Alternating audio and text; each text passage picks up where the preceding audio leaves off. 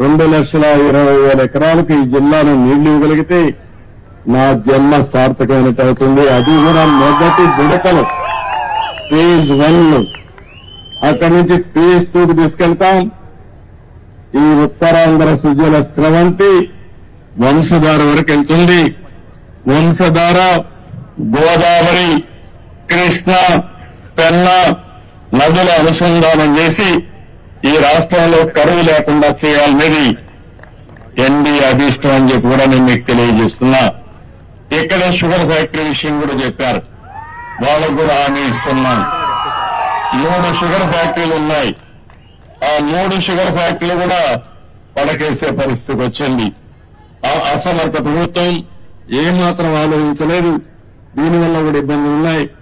నేను అందుకని ఈ మధ్యకాలంలో మనం చూస్తే షుగర్ ఫ్యాక్టరీస్ లో కూడా చక్కెర తినే వాళ్ళు తగ్గిపోయారు. ఎందుకంటే ప్రతి ఒక్కరికి బాడీనే షుగర్ ఫ్యాక్టరీగా తయారైపోయింది. కాబట్టి చక్కెర తినే వాళ్ళు తగ్గారు. కానీ ఎథనాల్ తయారు చేసుకోవడానికి ఉపయోగపడుతుంది. ఇది సస్టైనబిలిటీ ఉండాలి. రైతులకు న్యాయం జరగాలి. రైతుల భాగస్వామ్యంతోనే పనిచేయాలి.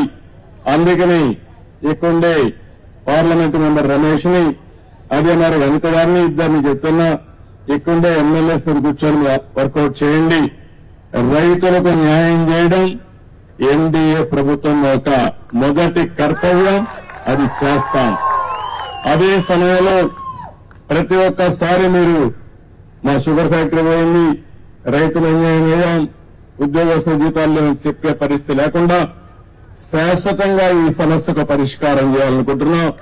అది చేసి చూపిస్తానని కూడా నేను మీకు తెలియజేసుకుంటూ, ఇంకా ఈ రోజంతా ఇక్కడే తిరుగుతున్నా. ఇక్కడి నుంచి భోగాపురం ఇంటర్నేషనల్ ఎయిర్పోర్ట్ దగ్గరికి వెళ్తున్నా, మెట్రిక్ జోన్ కు వస్తున్నా.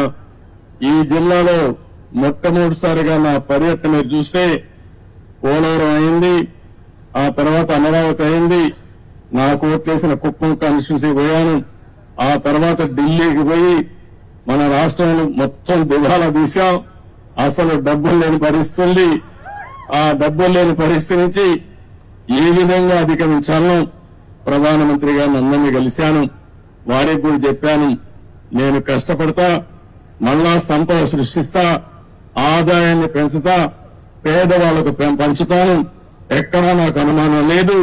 కానీ ఈ రోజు వెసులుబాటు ఇవ్వాల్సిన బాధ్యత ఎన్డీఏ పైన ఉంది. మనందరం కలిసి చెప్పాం.